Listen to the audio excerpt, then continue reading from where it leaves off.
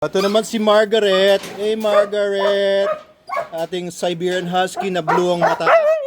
Oh, ayun, may isa siyang puppy, oh. Oh, it's okay. Good girl. Oh. Puppy siya doon sa loob. Pwede bang mawakan yung puppy mo?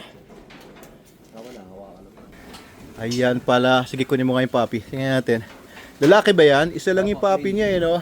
Eh, mga puppies. Eto, lone puppy, no? Hindi naman namatay yung mga puppies niya, no? Pero isa lang talaga yung lumabas. Siya ay babae. Lalaki. Hello, puppy. Ang cute blue rin kaya mo ito. Oh, ang tatay nito ay yung Siberian Husky natin na long hair, no?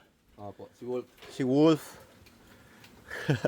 Ang cute ng mga puppies natin dito. So we have several litters. Itong Siberian Husky na one puppy.